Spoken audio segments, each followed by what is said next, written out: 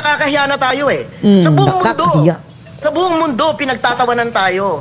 Ngayon mga kababayan, sa panahon ng Marcos administration, parang hindi tayo proud na galing tayo sa Pilipinas mga kababayan dahil na-associate ang bansang Pilipinas sa korupsyon mga kababayan dahil kay Marcos. Di pa tayo nadala, isang Marcos. Diktador. Susunod pa, pangalawang Marcos. Diktador. At inaasahan mo, isa pang susunod na Marcos. Dahil mga kababayan, si Sandro Marcos, aka Charis Pempenko, ay nagbabalak pa daw mga kababayan na maging presidente in the future. Lord Charis. Di ba? Ito ayoko sanang ganun personalan eh. Dapat hindi personalan ganyan ang usapan. Dapat ganyan. Hindi, parang masyado yung tinatanga yung tao eh. Masyado ginagago yung tao. Sinusyunga. Doon ako na... Eto kasi mga kababayan, bakit bumabalik yan? Hindi napaparusahan eh. May nakulong ba mga kababayan? May napanagot ba kay Marcos Sr. na era? Wala. Hindi nga naibalik ang pera mga kababayan, di bang ninakaw? Sino bang nakinaban doon? Kundi ang naiwang pamilya mga kababayan. Ito tinatamasa ng mga Marcos ngayon mga kababayan. Kabilang yan sa mga ill-gotten wealth ng mga Marcos mga kababayan. Isipin nyo na lang napasipa sila sa Hawaii mga kababayan. Wala silang dala, pera. Iniwan lahat dito sa Pilipinas. Sinequester daw di umano mga kababayan. Pag balik dito, bilyonaryo ngayon si Marcos mga kababayan sa Salen. What?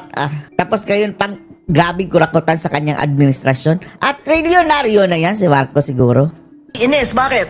Pag nagkagulo dito, at nagkawasak-wasak ekonomiya, sabi nila, yung stock market bagsak. Yung dollar malapit na magsisenta. Kaya mas senior citizen yan yung mga OFW kasi pagbalik ng pera nila, imbes na 57, magiging 60. Yes. Paano yung nandito? Yung 110 milyong tao na iiwan dito. Mas marami ang magsasuffer mga kababayan. Gasolina ang presyo tataas. Bigas natin inaangkat, tataas din yan. Pag anda pati galunggong dollar maging 60, 70, 80. Di ba? So, wag natin baliwalain itong mga pangyayaring to dahil para sa iba nakakatawa kasi mukhang tanga si ganito, si ganyan, sinungaling, si ganito, traidor, si ganito, naglalaglagan. Lahat itong mga bagay na ito, walang epekto yan. Walang epekto yan. Nakakatawa mga kababayan pero nakakalungkot dahil ano ba to? Mga payaso ba tong mga nagpapatakbo sa ating bansa mga kababayan? Mga komedyante? Okay lang sana kung payaso at komedyante, mga magnanakaw pang mga animal. Ang tinitingnan ng tao, katarungan ay dapat mabilis ang gulong. Pwedeng unti-unti. At bakit parang ang hina-hina? Presidente mismo nagsabi, mahiya kayo. Mahiya kayo. Yung sarili niya, hindi niya tinitingnan mga kababayan yan una dapat mahiya. Para talagang nagjo-joke si Bangag mga kababayan, no? Tapos, instead na matawa tayo sa joke niya, siya ang pinagtatawanan natin. He is the joke himself. Presidente mismo nasabi na mahiya kayo sa korupsyon na ginagawa nyo at mahiya kayo sa dami ng utang na babayaran ng mga anak natin. Diyos ko Lord, sino nang utang ngayon? Ngayong taon mga kababayan for the 2026 JAA pala mga kababayan, 2.7 trillion pesos ang utangin ni Marcos. The biggest mga kababayan utang in Philippine history sa isang taon. 3 taon tayo nasa ilalim ng pamumuno ni Mr. Marcos. Yung mga bumoto man sa kanya o hindi bumoto sa kanya, nabudol. Pilipino po tayong lahat. Kung ano man ang ating kinalabasan ngayon, kung ano man ang itsura natin ngayon, sa sarili natin, pagtingin natin sa salamin. Wala na. Nakaladkad tayo sa inidoro mga kababayan, mga animal na to. Para tayo nakasakay mga kababayan sa bus tapos pumasok sa Puso Negro. No choice tayo dahil andito tayo eh. Iisang sasakyan natin mga kababayan. Doon pala nakagarahe ang mga animal. Ang driver, bangag. Lord. At sa buong mundo, kung ano man yan, 3 taon po yan isinagawa. Hindi po ibang tao ang gumawa dyan. Wala tayong proxy president. Wala tayong... Akala mo lang wala, pero meron. 3 nga daw presidente eh. Diba? Isa palaka, ang isa tambalos-los. Tapos ang presidenteng kuting daw mga kababayan, patulog-tulog sa kangkungan. Substitute, di ba? Isa lang ang binoto natin na presidente, isang vice-presidente. Kaya nga yan nga ang problema. Isa nga lang ating binoto mga kababayan, pero bakit 3 ang naging artistang presidente, ngayon dalawa na lang. Kailan pa naging conjugal itong pagka-presidente, mga kababayan? Diyos ko Lord. Dapat ang mga laga dito sa kapakanan ng taong bayan, hindi po yan dapat hold upin habang gising na ganyan. Ang pinupunto nito, mga kababayan, is hindi pwedeng magturo si Bangag, mga kababayan, ng sinong may kasalanan. Dahil sa laki ba naman ng nanakaw? Trilyon, mga kababayan, ang nanakaw na wala, nasayang na, mga kababayan, napunta sa hangin. Magtuturo na lang siya kang sisi kahit na sino. Na kung tutuusin, mga kababayan, ang pinakamalaking sisi ay andun sa kanyang sarili. Manalamin ka, Bangag. Ituro mo sa salamin. Yan ang number 1 na dapat sisihin. Yan, di ba? Kaya mahirap po mga kaibigan ko rin yung mga yan Kami kalaban namin yan. Hindi ko naman kaaway sila Kami kaaway. Pero sinasabi ko, anong isasagot mo sa taong bayan pag yan ang inyong pamunuan? Di ba? Wala. Kasinungalingan, mga kababayan. Lalong-lalo na si Fidel Castro. Kapag talaga, mga kababayan, magpe-press con, ang ganda na ng takbo ng ating ekonomiya.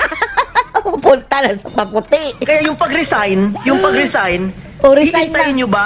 hihintayin nyo ba na lahat ang buong kwento maibuo para ipakita kung gano'ng kabulok nangyari Ayaw nila dahil si VP Sara daw ang papalit. mula itaas hanggang ilalim? Ayaw nila. Kasi yung mga DE na yan, yung mga assistant DE o district DE engineer. na yan, wala pong magagawa yan kung hindi alam ng na presidente. Secretary of DPWH. DPWH at hindi makakagalaw yung Secretary of DPWH na yan. Kung walang presidente. Si Manny Bonoan, walang magagawa yan unless Pinatakas na ando na sa Amerika. sa taas, aprobado sa taas. Senator, yan ang Nahudas. ating problema dahil marami nagsasabi, hindi daw talaga bababato si Bongbong Marcos, si President Bongbong Natural. Ngag-ngag Marcos. So, Ipa-impeach siya lang, mga kababayan. Anyway, wala na doon si Tambaluslos, no? Eto, no, manawagan tayo sa ating bawat congressman. Kung gusto nyo pang magtagal dyan bilang kongresista at manalo sa susunod na halalan, bumoto kayo ng impeach si Bangag. Kung hindi, mga kababayan, huwag nyo nang iboto yan. Yan lang ang tanging paraan. Hindi yan magre-resign, mga kababayan. magtitiis tayo na magpapatuloy ang ghost projects for 3 more years, possibly. Hindi naman po nasa sa presidente ang plano na umalis sa pwesto.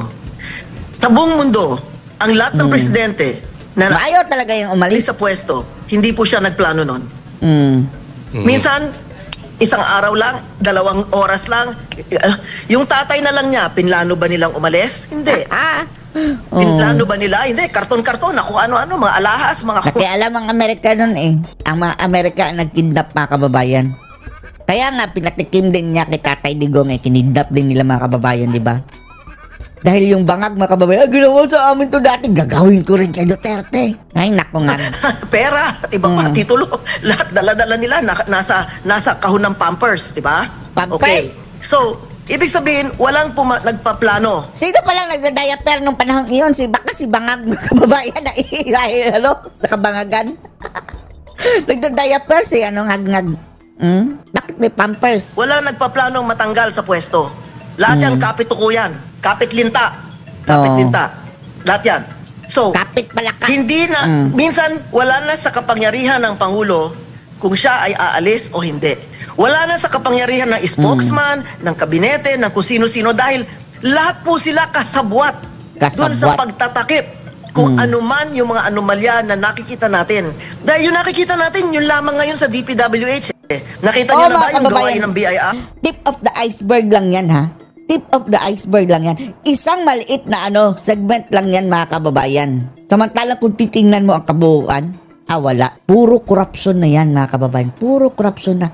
Bulok na ang bansang ito. Inidoro na nga Inidoro na ang Pilipinas. Isang kaibigan ko nagbayad ng 7 million pesos. 7 million pesos. Magkano ang napupunta sa gobyerno? Wala pa 1 milyon. Saan napunta yung 6 na milyon? Korupsyon. Isang kaibigan ko rin, may kilala ako, nagbayad 800,000. 800,000 na napunta sa gobyerno, 80,000. Hindi pa natin pinag-uusapan yan, ha? Binabanggit ko lang dahil ang buong akala natin matindi, malala na itong DPWH, kaya trilyon na pinag-uusapan. Tapos yung customs pa daw, mga kababayan, grabe din daw dyan. Pati Amerika na paangal, mga kababayan. Dagdag mo yung mga iba na yon. At umabot yan ng 6 na trilyon, hindi na kaya ang tao isipin ilang zero yan eh. Di ba? Opo. Kaya ako, naiinis lang ako dahil parang lahat ng tao walang kasalanan. Oo nga no, ngayon mga kababayan no, ang lilinis kung sila Marcos mga kababayan, talagang napakalinis nila kung sila ang tatanungin. Ang aming hanay ay malilinis. Wala kaming alam dyan. Talagang walang alam. Magtuturo na lang sila mga kababayan ng kung sino-sino. Pero sa kanyang gabinete, wala talaga. Puro talaga mga mapuputli. So, ibig sabihin, meron ditong tutubi, meron ditong ibon, meron ditong... O baka yan. Yan ang nagnakaw. Kaya meron... Baka may palaka na kukak. Yan ang nagnakaw. Taga totoo palaka. Wala daw silang kinalaman, malinis na sila. Ditong kuto na Mga kutong lupa. kasalanan. pero walang tao may kasalanan. Wala. Opo. Senator, At yung mga umaamin na may kasalanan sila, anong magagawin natin sa kanila? Hindi po ako pwede magsalita kung anong gagawin. Hindi ako abogado. Yung mga kababayan, Zaldico, umamin na. Nanabla na. Tapos, wala. Hahainan natin ng warrant of arrest kahit andun sa ibang bansa, mga kababayan. Kumatok dito sa Pilipinas, parang mga syunga. Anong madadatnan nyo dyan? Wala nga dito. Hindi ako hukom, di ba? Wala akong kapangyarihan. Ang sinasabi ko, wag na natin hintayin yung 8,000 na ghost project o 8,000 na project na house-show na project. Hindi. Hausaw. Simulan natin sa 20. Yung 20 lang na yon.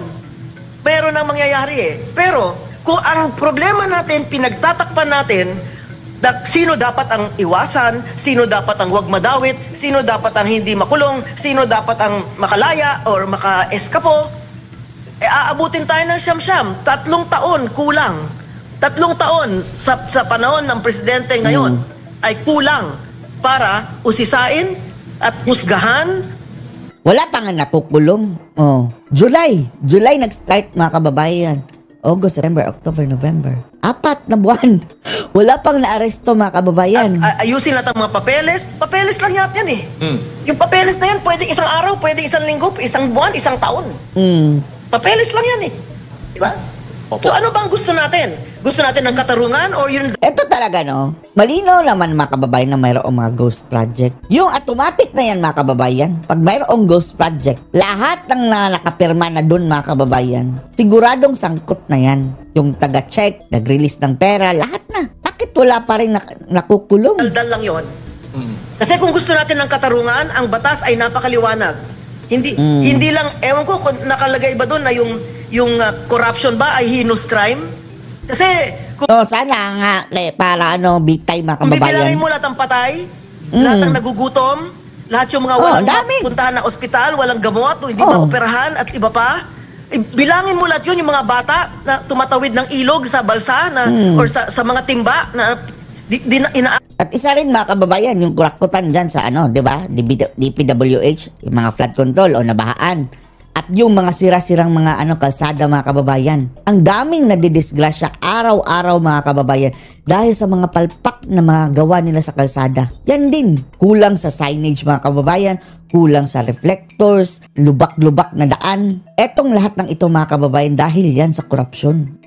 Tapos maraming namamatay dahil kinurakot nila, mga kababayan, ang pondo. So kaya dapat nga heinous crime yan.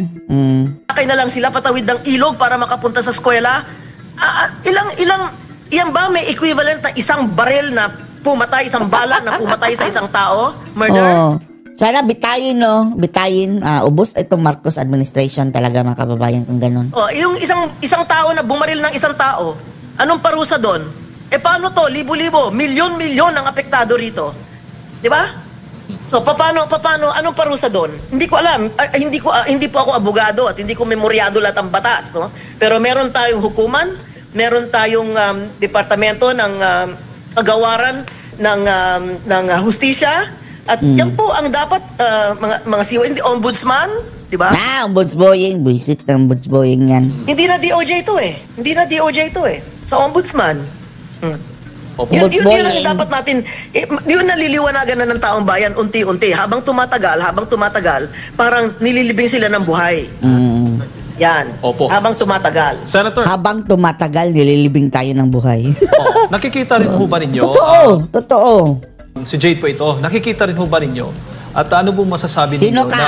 na kung Si sino Jade. pa yung kontra sa korupsyon, Oo. ayun pa ang inuusig ng Baliktad administrasyon na Baliktad mga kababayan ngayon sa panahon ng bangag mga kababayan. Kapag mayroon kang mga kababayan, i-call out na kurakot o may mga masasamang ginawa, ikaw pa kakasuhan. Naloko na. Ayun, halimbawa na lamang natin, Kagaya itong kay Gutierrez, dating Pangulong Rodrigo Roa Duterte, si Pastor Apollo Oo, si Tatay Digong nag-expose ng mga kababayan ng korupsyon, di ba? Siya ang nag-expose ng JAA na blanco. O siya pa ang nakulong mga kababayan, pinakulong ng bangag. Yung sinasabing, si Amy nagsabi drug addict, pinakulong si Tatay Digong mga kababayan. Diyos ko Lord, ang drug addict na ang nagpakulong. Buloy, yung mga gumagawa po ng matutuwid, ayun pa ang inuusig ng kasalukuyang administrasyon ngayon. Administrasyong Sa totoo lang, wala po akong alam tungkol sa mga kaso ng ibang tao. Kaya mahirap po bigyan ng husga, no? Kung sino ang tama, sino ang mali. Ang pinag-uusapan dito, yung corruption na nakita natin in the last several months, no? Ito po ay itong mga ghost projects, itong mga insertions dito sa budget, etc. nitong taon 2025. No? Dahil lahat ng tao, siyempre gusto natin maayos ang ating pamahalaan. Gusto natin na meron nasa ilalim tayo sa pamunuan na pwede natin igalang, pwede natin ipagmalaki sa buong mundo. Hindi parang pag tinanong ka kung taga saan ka, taga saan? Taga Pilipinas. Yuyuko na lang tayo mga kababayan. Pilipinas ako, parang yabang mo, di ba? Dati-rati. Proud na proud tayo. Nung panahon ni Tatay Digong, Philippines! Taas noo tayo mga kababayan. Ngayon, Yung Pilipinas. Diyos ko Lord, yuyuko ka na lang. Ngayon, sabi mo, iisipin mo muna, ano kaya ang iisipin nito pag sinabi kong Pilipino ako? Kurakot. Bakit? Bakit tayo dinala dito, kinaladkad dito sa putikan na ganito? Hindi lang putikan, inidoro na. Puso Negro, Diyos ko Lord. Dinala tayo sa Puso Negro mga kababayan. Di ba? Opo. May naalala lang ako, Senator, kung siguro na-monitor mo rin yung video patungkol nga sa panayam ng isang Australian journalist kay Pangulong Bongbong Marcos Jr. Yung tinanong pa nga siya, why are you laughing? Why Saka are may you mga laughing? pahayag po siya doon. At isa po sa mga Patawa-tawa nag-catch pang po ng ungas. atensyon sa marami sa ating mga kababayan, yung sinabi po ng Pahiya Pangulong siya Bongbong doon, mga Marcos kababayan, Jr. na they took everything from us. Sa tingin ho ba ninyo, naniniwala ho ba kayo na para bang may hinanakit ngayon yung Pangulong Bongbong Marcos Jr. sa gobyerno, sa Pilipinas, sa mga Pilipino, So, dahil sa mga ginantihan tayong ganito. Kung gayon, mga kababayan, dapat umaksyon na ang dapat umaksyon dyan. nangyari sa kanila noon? Kasi akala natin, babawiin nila yung pangalan nila at yun pala, babawiin. Kung ganon, ang laking kasalanan ni Bangag mga kababayan. Kung itong ginagawa ngayon niya, paghihiganti, siguraduhin niya lang na mapuruhan talaga tayo mga kababayan dahil kung hindi, talagang kung mayroong bitay, higit pa sa bitay, niyan, parusa dahil treason yung ginagawa niya. Kapag ganyang paghihiganti itong ginagawa niya ngayon. Nila o babawi sila sa mga ginawa sa kanila tulad na lamang ng pagkawala ng kanilang kayamanan. Anong tingin po ninyo? Yung mga ganong klaseng salita, they took everything from us. What everything? Whatever, kung ano man ang kinuha sa kanila, kinuha din nila sa taong bayan yon, kulang pa. Nandun pa, sa Amerika, sa Switzerland, sa kung saan pa nila nakatago, yung ibang kayamanan. Nagkaroon na tayo ng panibagong administrasyon pagkatapos ng kamatayan ng pinaslang si Benigno Aquino Jr. dun sa The Junior. Ngayon, sa tarmac. Magmula noon, lahat ng kayamanan nila, halos, na nakuha ng gobyerno, ay isang bahagdan lang ng kalahatan ng kanilang kayamanan. Marami pa silang gustong kunin. Marami pa tinago mga kababayan. etc. Wala sa akin ng detalya, hindi ko masabi ngayon. Pero, kaya nga mayroong contempt order yan si Bangag mga kababayan dahil di ba in-order yung mga kababayan ng korte sa Amerika na sige, sabihin mo kung nasaan ang inyong hidden wealth. Ayaw nilang masalita mga kababayan Ongoing pa yung kaso mga kababayan sa Amerika niyan. Kung ano yung everything na yon, isipin mo ilang buwan inabot yung US Customs, bilangin lahat yung laman nung mga lahat ng kahon na dala-dala nila Grabe, papuntang no? Hawaii. Diba? Hindi naman nakuha yun eh. Hindi naman nakuha ng Pilipinas yun eh. Nandun pa rin nandun pa kung saan man yun wala dito sa atin. Number one. Number two, ano bang gusto natin mangyari? Magbilangan tayo ng magkano kinurakot ni sino? Kasi nililihis natin sa usapan. Pag-usapan natin ngayon, here and now. Yung mga tao binabaha ngayon. Di ba? Yung mga lupa na pinutulan ng lahat ng kahoy at naging kalbo na ang mga kabundukan. Ngayon lang natin nararamdaman din kung ano yung mga epekto ng ganyan. Yung hindi natin paggalang sa kalikasan. Di ba? So, itong dinaranas natin na mga sakuna, immediately, this year, 2025, ayusin natin, tapusin natin itong 2025 o 2024 kasi doon Kaya pa ba? Meron marami 2025 na. nagsimula yan dyan hanggang doon, di ba? Meron tayong Secretary of Finance. Ano ba ibig sabihin ng finance? Finance, pera, di ba? Anong sabi ng treasurer natin?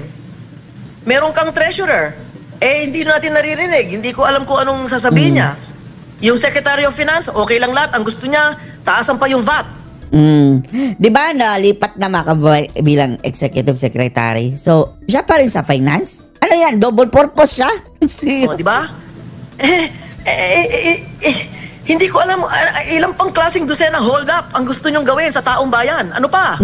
Ano pa? Pagkatapos gusto nyo hati-hatiin. Marcos ka ba o Duterte ka ba? Divide and conquer. Yan mga kababayan. At eto naman, isa sa nagpapagulo dito mga kababayan, no? Yang mga NPA, yung mga realista mga kababayan.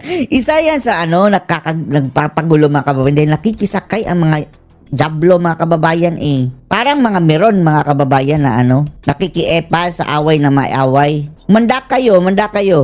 Kapag matatapos namin itong laban kontra dito sa mga ngag-ngag mga kababayan, tapos talaga itong mga NFA ito mga kababayan. Pag si Sara na ang presidente, uubusin kayo ni Sara. Bulok si Marcos o bulok si Duterte? Unahin muna natin to. Kasi bulok si Marcos. Bulok din ang mga Aquino. Bulok din ang mga NPA. Ito ang ngayon. Meron tayong presidente ngayon. Meron tayong mga discovery. Merong ICI. O yung ICI sabi independent. Paano magiging independent yan kung ang presidente mismo ang may likha. yung mismo pumirma ng budget Selective. ang siyang magpipili kung sino yung ilalagay sa ICI.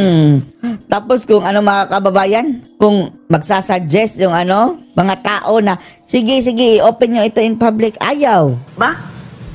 So, hindi ko alam. Kasi yung ating mga salita ngayon, parang nag-iiba na yung ibig sabihin eh. Anong ibig sabihin ng independent? Anong ibig sabihin? Inutil. Ang ay mga kababayan. Instead na independent, inutil. Tama. Anong ibig sabihin ng guilty or not guilty? Or least guilty? Ano ba? Senator, possibly, may knowledge po dito yung mga Sino? senators ngayon. Si Lacson mga kababayan. Yan, lumabas na rin ang totoong kulay.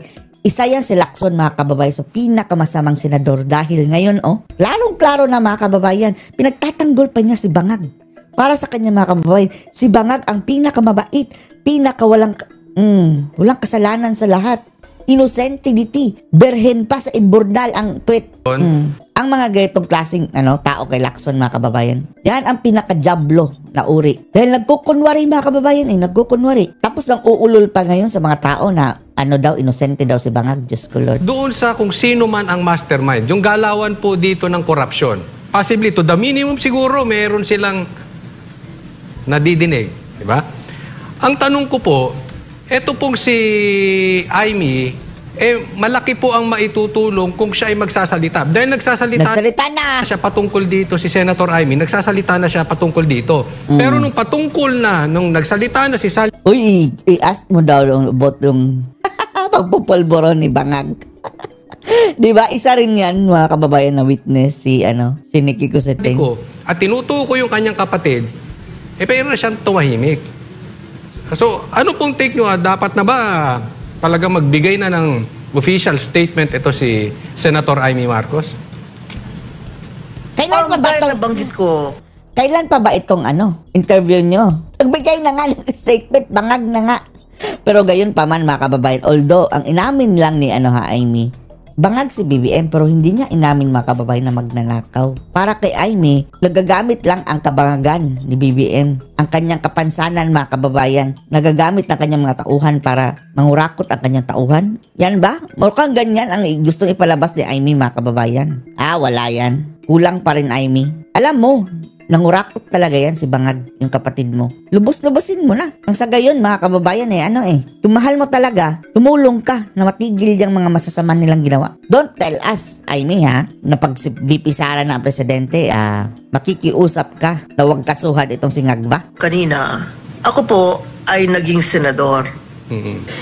At ang pagkakaalam ko, dahil yan ang galawan o yan ang patakaran, yung mga senador na gustong magkaroon ng project o gusto magkaroon ng iba't ibang mga ilalagay sa mga iba't ibang departamento, pagka yan ay ipinasok doon sa mismong departamento, yan po lahat na yan ay dapat aprubahan ng executive. Hindi ka pwede maglagay sa DPWH na hindi alam ng kabinete secretary. Hindi ka pwede maglagay sa DOH na hindi alam ng Secretary of Health, 'di ba? Kasi siya mangangasiwa niyan, siya responsable diyan eh. At lahat 'yan, kabuuan na 'yan, isang makapal na dokumento. Singkapal ng pagmumukha nila. Pupunta sa Malacanang at pipirmahan 'yan. Iba nga nagkakandara pa pumunta ron para makasama sa picture taking di ba? Ay nako, oo. Kung nagkakandara pa kayo, pumunta ron para sumama sa picture taking. May mga kakampi pa nga ng mga Duterte, mga kababayan, nagkakandara pa na pumunta doon, pa-picture kay Bangag at kay Admiral. Yak! Ibig sabihin, yung pinagpipicture taking na ninyo ay makapangyarihan. Ngayon mga kababayan, even a picture together with the president, nakakahiya mga kababayan. Kaya kayo mga politician, ayaw nyong ma-associate dyan ka Bangag. Huwag kayong magpa-picture kasama yan. Umiwas kayo. Dahil the mere picture mga kababayan, kahit picture lang yan, sa ngalan na nagkatabi kayo, maiisip ng tao na, kabalahibo pala ang mga ito. Sige, ganyan kasama ang imahe ni Marcos mga kababayan. Kaya huwag kayong magpa-picture mga politician na mga kakampi pa ng mga Duterte mga kababayan, together with Bangag. Umiwas kayo hanggat makaari. Dahil kung kayo lang ang gagawa, at kayo na may kasalanan at walang alam doon, ba't kayo nagpupunta ron para magpa-picture taking sa pipirma nung final kapal na dokumento? Kaya ang kapangyarihan, sinasabi nga nila, the power of the purse. Yan po ay nado sa Kongreso, sa House of Representatives, doon manggagaling dati sa Senado. Okay. Pero sa bandang huli, maniwala kayo. Maniwala kayo. Maaari kung pwede, 4 na dosena, pwede pumunta ron sa Malacanang para magpa-picture taking dahil pipirmahan yung budget. Di ba?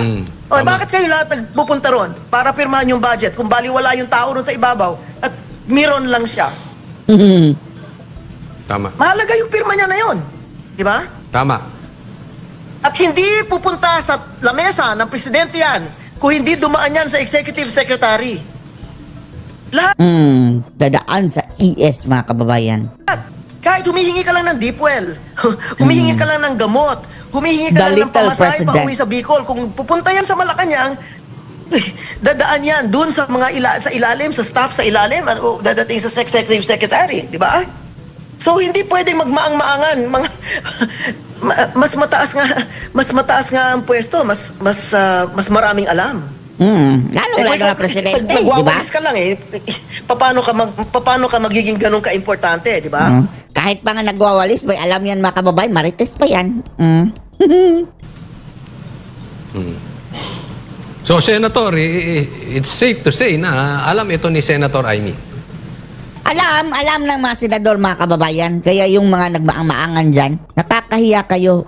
Lalong-lalo na si Lacson mga kababayan, na nagpa-as if, inosente pa si Bangag para sa kanya. Kung ganun yung patakaran nila ngayon, katulad ng ginagawa namin dati, lahat yun, dapat dumaan sa Malacanang. Kasi dito, wala nang kamag-anak dito, wala nang kaibigan dito eh. Ang importante, ang end result, nung lahat ng ginawa, ang end result collective action 'yan. Hindi isang tao, dalawang tao, isang departamento, hindi. Ang naging consequence nitong lahat na 'to, kahihiyan ng Pilipinas. Number one. Kahihiyan ng Pilipinas talaga. Number two, yung mga tao na nalunod, na anod, nasira yung mga kanilang namatay. ari-arian, yung mga bahay, mga pinag-ipunan, mga anak nila na parang mga hayop na lang, at yung mga alaga nilang hayop naglulutangan. Patay na ang hayop. Yung kanilang kabuhayan na ubos, na wala. Yung kanilang inipon para sa mga anak nila, sa apo nila, na lusaw lahat. Lusaw. Yan ang resulta. Hindi gawa ng isang tao lang yan. At hindi gawa ng nasa ilalim. Hindi gawa alipores. Hindi gawang alipores yan. Diba? Yun lang ang aking obserbasyon. Hindi ako laging tinatawag dahil minsan ayaw nila sa analysis ko eh. Hindi ako laging naiimbita dahil ako papasalamat na tinatanong nyo ako eh. Bakit? Dahil ako, ordinary citizen lang ako. Wala akong magagawa ngayon. Nakatali naman yung kamay ko, ganyan. Binigyan nyo lang ako ng microphone. At sana, yung mga viewers nyo, listeners nyo, sana maintindihan kung saan ako nanggagaling. Dahil pagka nagka-disgrasya dito, nabulok tayong lahat, at Nabulok na eh. talaga naghirap lahat ng tao, wala po ako eroplano, nalilipad ako sa Chile. Yes. Wala po. Sila mga kababayan, mayroon na daw retirement sa Spain. Wala. Sana nga lang no, bigyan ng whole departure order yan sinabangag sa Lisa Araneta mga kababayan. Dahil kung sakali matatapos sila, tatakbo hindi na yan uuwi sa Pilipinas mga kababayan. Ang sarap na ng buhay. Kahit araw-araw Coca-Cola. Wala po akong bahay sa Paris, sa New York, sa kusa. Wala po. Dito lang tayo lahat mabubulok sabay-sabay. Yes. Mabubulok. Senator, So iba yung maaaring kaya ibang pananaw ko dahil wala akong pupuntahan. yes po. Katulad ng nakakarami sa atin. Ilan lang ang may sariling eroplano. Di ba? Zaldik ko. Yep. Si Tambaluslos mga kababayan, ang sabi wala na daw eroplano. Diyos ko. Liar. Dali-daling binenta siguro mga Ilan kababayan. lang ang may sariling eroplano. Di ba? Opo. Yes, Senator. Actually po, napakaganda po ng mga sinasabi ninyo. Pero bilang kayo po ay naging matagal na senador, bakit po kaya tila hindi po natatapos Makaleni ito mga kababayan ha. Hindi ito Makaduterte ha. Makaleni ito. Sa makatuwid, Leni Robredo ang kinampanya nito mga kababayan. ang korupsyon sa Pilipinas kahit paulit-ulit na nagkakaroon ng investigasyon? Sa pananaw po ninyo, papaano po ito matatapos? Sa aking karanasan, first hand, hindi po ito hearsay.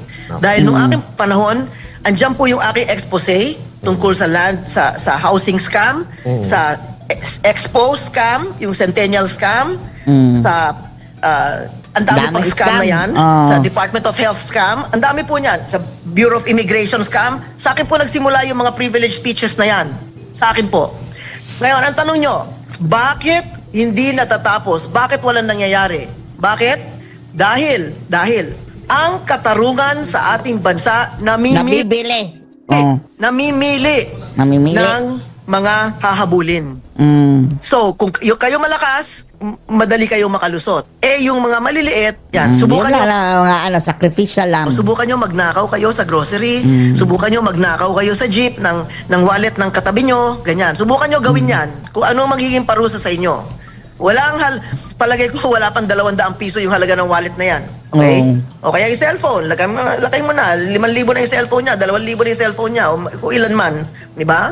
Kahit So, ano iba mga yan. kababayan, speeding. Dahil ang justice system natin, mga kababayan, no left turn. Grabe. Pagbabayaran natin. Sila mga kababayan, trilyon ang ninakaw. Absuelto pa. Special, pa mga kababayan? Special treatment ang mga animal. ay hindi umaandar alinsunod sa nakasulat sa batas. Ayun. Yun ang isa sa dahilan. It is not the gravity of punishment The gravity. that will make people follow the law. Hindi kung gaano kabigat ang parusa. Because Sabi of mo, the death gravity penalty. of the Death earth. penalty kung hindi ka naman nahuli. Death penalty, sabihin wala kang ebidensya. Death penalty, pero sabihin, walang witness. Paano ka made-death penalty? Diba? So, wala sa kabigatan ng parusa. Yan ang solusyon dyan mga kababayan. Hindi na ipadaan ang mga proyekto mga kababayan sa mga kongresista. At saka, yung transparency talaga mga kababayan. Magbigay ng magbigay sila, website siguro mga kababayan or Facebook page. Ilagay nila, bawat rehiyon, bawat municipality mga kababayan, ang mga proyekto ng gobyernong pinagagastusan. Nang sa gayon, counter-check ng mga tao. Pati na yung mga presyo ng project mga kababayan. Tingnan natin kung mga overpriced ba. Yes. Ang magtutuwid sa kilos ng tao. Yes. Yung certainty of punishment. Yung certainty na siguradong garantisado na mapaparusahan. Siguradong yun garantisado. ang magiging garantiya na susundin ng batas. So nasa sa atin 'yon. Anong klaseng pamahalaan gusto natin? Anong klase pinili natin? Anong klase binoto natin? Apo. Patapos magrereklamo tayo. Bangag ang binoto! Medyo huli na ang lahat. Kasi Senator. sa umpisa pa lang, dapat nakikita nyo na Apo. ganyan. Nabulag Una-una sa kami. tingin ko po, ito malita na baka yung mga tao.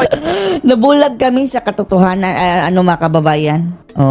Hindi natin sasisihin na naman si Sarah ha, dahil kawawa na si Sarah eh. Pero nabudol talaga kami. Pati si Sarah biktima din dito sa pambubudol ng mga bangag mga kababayan. Hindi mo maintindihan. Alam mo, yung mangga, hindi nagbubunga ng atis. Ayun.